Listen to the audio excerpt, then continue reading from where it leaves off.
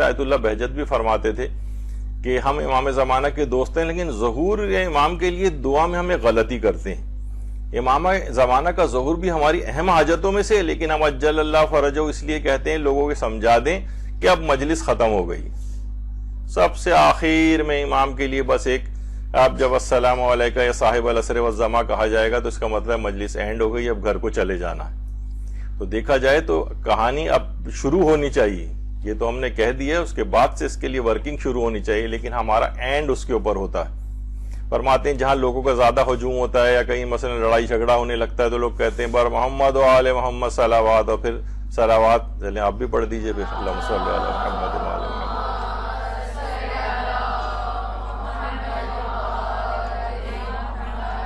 یعنی کیا کر رہے ہیں؟ لوگوں کو منتشر کرنے کے لیے درود پڑھا جا رہا ہے۔ کہہ رہے ہیں درود کا اصلاً یعنی سنجیدگی ہونی چاہیے درود کے سلسلے میں، ٹھیک ہے اس سے بھی استفادہ اگر ہو جائے، لیکن اصلاً یہ ہے کہ یہ اینڈ ہونے کے لیے نہیں ہونا چاہیے امام زمانہ کا تذکرہ، اور نہ ہی لوگوں کو منتشر کرنے کے لیے، بلکہ یہ ایک پروگرام کا آغاز سمجھا جانا چاہیے۔ ہمارے ہاں بات کو اختتام اور ختم سمجھا جاتا ہے امام زمانہ کے ذکر پر، جبکہ اس سے آغاز ہونا چاہیے۔ اور ہر جگہ، چاہے آپ آفیسز میں ہوں، آپ کاروبار کی جگہ پر ہوں، آپ مدرسے آ رہی ہوں، آپ اسکول و کالج اور یونیورسٹی جا رہی ہوں، گھر میں آپ ہوں، کسی جگہ بھی امام زمانہ کی یاد سے غافل نہیں ہونا چاہیے۔ خوشیوں کی ہم محفل کے اندر ہماری کوشش یہ ہوتی ہے کہ ائمہ معصومین اس جگہوں پہ نہ آنے پائیں۔ دیکھیے خوشیوں کے مقام پر ان کو دعائے توسل پڑھی جاتی ہے، حدیث قصہ پڑھی جاتی ہے، اور اس کے فوراً بعد ایسا انتظام ہوتا ہے وہاں پر کہ اگر امام زمانہ یا معصومین اگر آئے بھی ہوں ان جگہوں پہ تو فوراً وہاں سے رخصت ہو جائیں کہ وہ لہو و لعب وغیرہ کے اندر وہ کبھی اس میں شامل نہیں ہو سکتے۔ تو خوشیاں مناتے وقت بھی اس بات کا خیال رکھنا چاہیے کہ ہمارے امام زمانہ کہیں ہم سے ناراض نہ ہو جائیں۔ یہ اسی وقت ہوگا نا جب ہر وقت آپ ان کی خوشنودی کو مد نظر رکھیں گی۔ مثلا کسی بھی جگہ کسی تقریب کے اندر مثلا آیت اللہ سیستانی یا رہبر معظم آئے ہوں تو آپ کا پورا خیال یہ ہوگا کہ شروع سے آخر تک جب تک وہ یہاں پر رہیں تب تک یہاں پر کوئی بھی غیر شرعی کام نہ ہونے پائے۔ تو امام زمانہ علیہ السلام اگر کسی تقریب کے اندر خوشی کے موقع پر اپنی ہماری شادی بیاہ سالگرہیں تقریبات یا اس طرح سے جہاں پہ بھی حدیث قصہ وغیرہ پڑھی جاتی ہے اور دعائے توسل پڑھی جاتی ہے وہاں پر ان کی آمد ہوتی ہے۔ کتنے علماء نے یہاں ہمارا ایک اس موضوع پہ درس ہو بھی چکا ہے کہ امام زمانہ اور معصومین جو ہیں ان مجالس توسل کے اندر حاضر ہوتے ہیں، بارہا دیکھا گیا ہے، اور آیت اللہ خوئی کا بھی فتویٰ اور دیگر علماء کے ہم نے پیش کیے تھے کہ روایات اس کے اوپر دلالت کرتی ہیں۔ تو ہم کوشش یہ ہونی چاہیے کہ ہماری تقریبات بھی ہم اس بات کا خیال رکھیں امام زمانہ یہاں آئیں تو کہیں یہاں سے ناراض ہو کر نہ چلے جائیں۔ اسی طریقے سے خالی یہ نہیں کہ بل خوشی کے ایام میں نہیں، انسان اگر بیمار بھی ہو، بیمار ہے، ہاسپٹلائز ہے، اس کے دل و دماغ میں ہر وقت یاد ہو امام کی، وہ اس امام کو یاد کر رہا ہو، یعنی ہر موقع، ہر وقت، ہر کیفیت جو ہے اس کی امام زمانہ کے ذکر سے خالی نہیں رہنی چاہیے۔ اسی طریقے سے زیارات کے اندر یہ بھی آتا ہے، اس میں بھی آتا ہے دعاؤں میں دعائے جامع جو کہ غیبت کبریٰ کے دور میں ایک دعا پڑھنے کی تاکید ہے، اس میں ایک جملہ آتا ہے اللہم لین قلبی لولی امرک، پروردگارہ امام زمانہ کے لیے میرے دل کو نرم کر دے، یہ ہمارے دل سخت ہو گیا ہے ان کے متعلق، یعنی یہ والی دعا مانگنی چاہیے۔ دعائے جامع کہلاتی ہے، یہ کتابوں کے اندر موجود ہے کہ پروردگار میرے دل کو نرم بنا دے، ان کے لیے دل سخت ہو گیا ہے، ان کے لیے کوئی آنسو نہیں نکلتا ہے، ان کی کوئی یاد نہیں ہوتی ہے۔ 10 منٹ کا 5 منٹ کا ٹائم بھی ہمارے پاس روزانہ کی بنیاد پر نہیں کہ ہم اپنے امام کو یاد کریں، ان کی سیرت کا مطالعہ کریں، ان کے متعلق مزید معلومات حاصل کریں، کب آئیں گے، کیسے آئیں گے، ہم انہیں کیسے پہچانیں گے، ہم ان کے لشکر میں شامل ہونا چاہیں تو ہمارے پاس کیا اقدامات ہیں، عام زندگی میں ہم انہیں خوش کرنے کے کون سے اعمال کو انجام دینا چاہیے، کچھ بھی نہیں۔ دل میں ایک سختی کسی آ گئی، سختی کسی کیفیت آ گئی، اس سختی کو یہ سختی کم ہوگی تب امام زمانہ اس نرم دل کے اندر جو ہے وہ آئیں گے، ان کی محبت پیدا ہوگی، ورنہ اس سخت دل کے اندر وہ کیفیت نہیں کہ اس کو امام کی محبت کو جذب کر سکے۔ امام کو اس لحاظ سے یاد کرنے کے لحاظ سے بلکہ اس کو بھی اللہم ارزقنا توفیق الطاعہ و بعد المعصیہ والی جو دعا ہے جو کہ شب جمعہ کے اعمال میں خاص طور پر اس کو بھی یاد کر کے اور اپنی قنوت کے اندر بھی اس کو پڑھنا چاہیے ابھی ابتدائی طور پر دیکھ کر بھی کسی پرچے پہ دیکھ کے بھی پڑھ سکتی ہیں، اور کچھ ہی عرصے میں تو آپ کو زبانی طور پر یاد ہو جائے گی. اللہم ارزقنا توفیق الطاعہ و بعد المعصیہ و صدق النیہ. اور اس کے بعد ہوتے ہوتے جب یہ آگے چل کر آتی ہے تو پھر بوڑھوں کے لحاظ سے بھی جو ہے امام دعا فرماتے ہیں. یہ امام زمانہ علیہ السلام کی اپنی دعا ہے، ان سے مروی ہے، ان سے منسوب ہے. تو جوانوں کے لحاظ سے بھی امام فرماتے ہیں کہ مثلا پہلے تو بوڑھوں کے لحاظ سے بات ہو رہی ہے کہ وَعَلَىٰ مَشَائِخِنَا بِالْوَقَارِ وَالسَّکِینَہ، کہ ہمارے بوڑھوں کو وقار اور سکینہ عطا فرما. یعنی وقار، بوڑھے عام طور پہ ہم دیکھتے ہیں کہ عجیب و غریب گھروں میں، بہرحال اب اتنا وقت نہیں ہے کہ جو اس پہ گفتگو کریں. جوانوں کے لحاظ سے کہ ان کو توبہ کی توفیق نصیب فرما. اور خاص طور پہ اس دعا کے اندر امام زمانہ علیہ السلام نے عورتوں کے لیے ایک دعا کی ہے، وَعَلَى النِّسَاءِ بِالْحَیَاءِ وَالْعِفَّةِ. ان عورتوں کے لیے امام فرماتے ہیں، دعا فرماتے ہیں کہ ان کو عفت اور ان کو حیا عطا فرما. تو بہرحال یہ امام زمانہ کی خصوصیت سے عورتوں کے سلسلے میں بھی دعا ہے. تو یہ والی دعا اللہم ارزقنا توفیق الطاعہ بہترین دعا ہے. اس کے ترجمے کے ساتھ آپ پڑھیں، اس کو زبانی یاد کریں، بچوں کو یاد کرائیں روزانہ اس کو. ویسے تو شب جمعہ کے لحاظ سے اعمال میں آتی ہے یہ، لیکن اپنے نمازوں کے قنوت میں بھی اس کو شامل کیجیے. اور یہی حاشی میں حداد فرماتے تھے کہ جو شخص صبح بیدار ہو جائے اور احساس نہ کرے کہ حضرت ولی اثر اس کے ساتھ ہیں، تو ایسا شخص شیعہ نہیں ہو سکتا. یعنی اپنے دل کے اندر ہر وقت اپنے امام کا ذکر ہونا چاہیے. روزانہ کوئی نہ کوئی اپنا عادت بنا لیں کہ جیسے ہی بستر سے اٹھ کر بیٹھیں. بعض اوقات چیزیں دیکھیے، کسی چیز کو یاد کرنے کے جو طریقے بیان کی جاتے ہیں اس میں ہے کہ ان چیزوں کو روٹین میں شامل کر لیں. بہت سی چیزیں آپ کی نا بالکل روٹین میں شامل ہو جاتی ہیں. مثلا گاڑی میں بیٹھتے ہی، سواری پر بیٹھتے ہی سبحان الذی سخر لنا کی دعا فوراً یاد آ جائے گی آپ کو. سوتے سے اٹھتے ہی آپ امام زمانہ کو سلام کرنا یا معصومین کو سلام کرنا، یا مثلا ربنا تقبل منا کہ آج میں جو بھی دینی اعمال انجام دوں اخلاص کے ساتھ انجام دوں، یا کوئی بھی اس طرح سے کہ یہ اٹھتے اٹھتے آپ کی بہت سی چیزیں آپ کی روٹین میں ہونی چاہیے. آپ کے سوتے وقت کے اعمال آپ کی روٹین میں ہونے چاہیے، جاگتے وقت کے اعمال کچھ روٹین میں ہونے چاہیے. یہ اب انسان کو چاہیے کہ اپنی زندگی فرماتے ہیں کہ صبح بیدار ہو اور احساس نہ کرے. یعنی یہ مخلص شیعہ نہیں ہے جو امام زمانہ کے ساتھ ہونے کا احساس نہیں کر رہا ہے کہ میں ان کے حضور میں موجود ہوں. اسی طریقے سے آیت اللہ علی آقا قاضی فرماتے تھے نابینا ہے وہ آنکھ جو صبح نیند سے بیدار ہونے کے بعد امام زمانہ کو نہیں دیکھتی. نابینا شمار کیا گیا. یعنی اگر ہمیں امام زمانہ سے اس سے مراد وہ نہیں ہے کہ ہم آنکھوں سے اپنی امام زمانہ کو دیکھیں، اس کا مطلب وہی ہے یعنی حضوری ان کے سامنے. جس طرح اللہ کو ہم اپنی آنکھوں سے کب دیکھتے ہیں، لیکن وہ ہم دیکھتے ہیں کہ نہیں وہ ہمیں دیکھ رہا ہے، ہماری ہر چیزوں سے آگاہ ہے.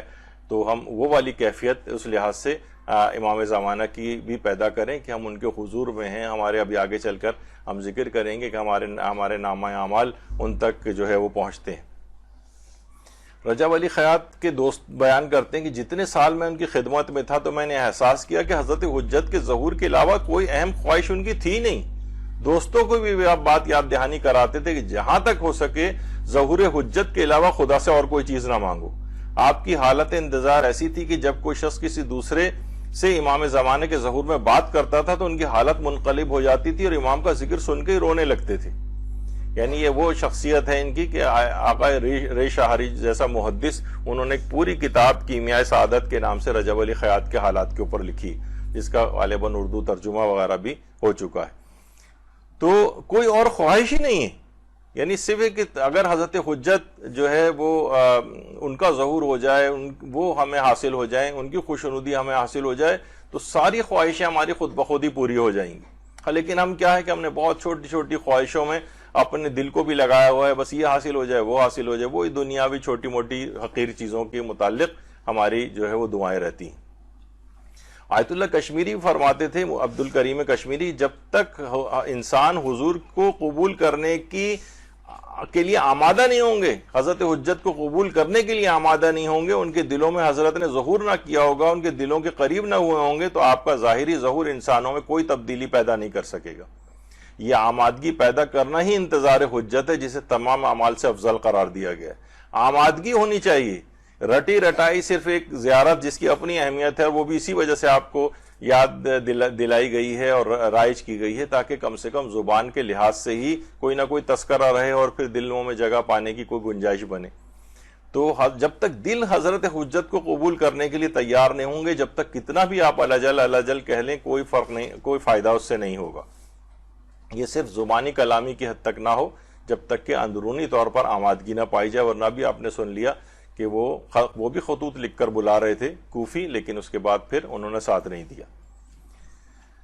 جبکہ خود امام زمانہ علیہ السلام وہ اس قدر ہمیں یاد رکھتے ہیں، وہ فرماتے ہیں کہ میں تمہارے امور زندگی سے غافل نہیں ہوں، نہ تمہاری یاد کو بھلانے والا ہوں۔ یہ حضرت حجت کا ہمارے متعلق قول ہے، میں تمہارے امور زندگی سے غافل نہیں ہوں اور نہ ہی تمہاری یاد کو بھلانے والا ہوں، اور ہم نے ان کو بھلا دیا۔ امام ہمارا ہمیں یاد کر رہا ہے، کسی صورت ہم سے کبھی غافل نہیں ہوتا ہے، اور ہم اس سے بالکل غافل ہو کر بیٹھے ہوئے ہیں۔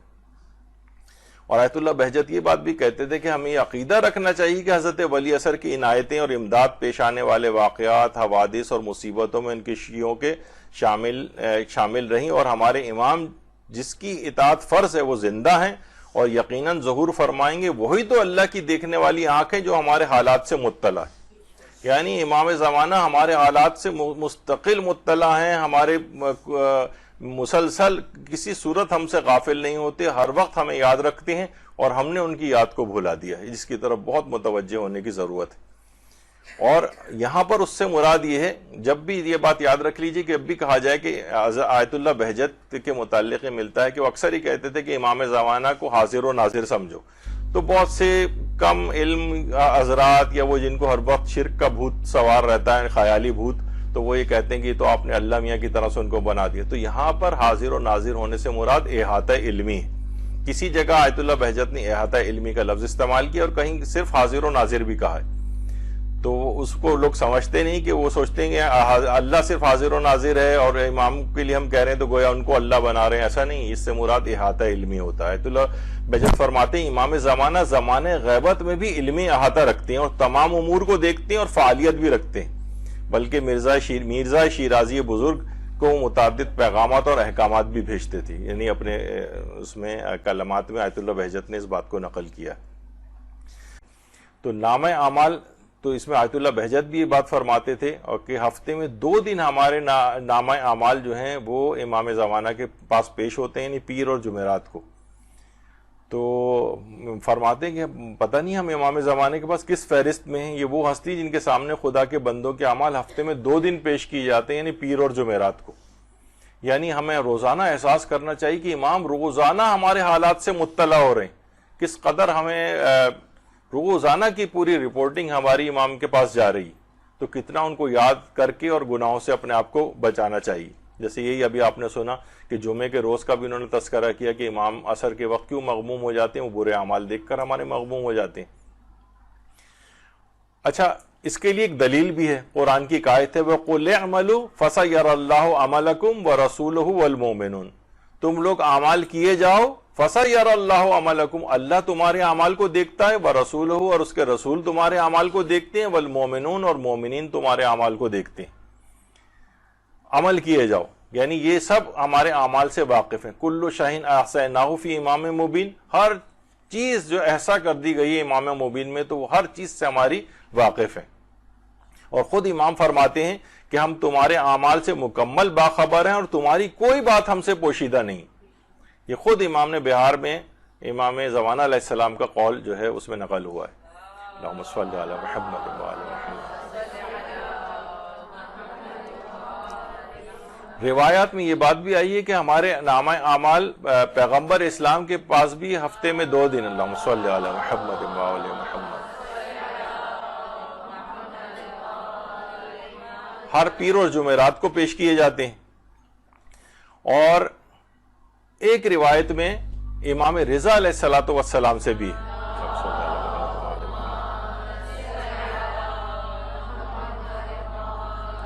کہ عبداللہ ابن ابان نام کا ایک آدمی امام کے پاس آتا ہے کہ مولا میرے اور میرے اہل و عیال کے لیے دعا فرما دیں۔ امام نے کہا میں تمہارے لیے دعا نہیں کروں گا کیا، جبکہ تمہارے روزانہ تمہارے نامہ اعمال ہمارے سامنے پیش کیے جاتے ہیں اور مناسب حال ہم تمہارے لیے دعا فرماتے ہیں۔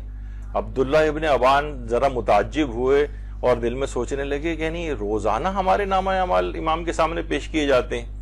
تو امام نے فرمایا کہ تم نے قرآن کی وہ آیت نہیں پڑھی، وہ قُلْ اعْمَلُوا فَسَيَرَى اللَّهُ عَمَلَكُمْ وَرَسُولُهُ وَالْمُؤْمِنُونَ، کہ تم اعمال کیے جاؤ، تمہارے اعمال اللہ دیکھتا ہے، اس کے رسول اور مومنین دیکھتے ہیں۔ اور یہ بات یاد رکھ لو کہ امام نے فرمایا یہاں پر مومنون سے مراد علی ابن ابی طالب علیہ الصلوۃ والسلام۔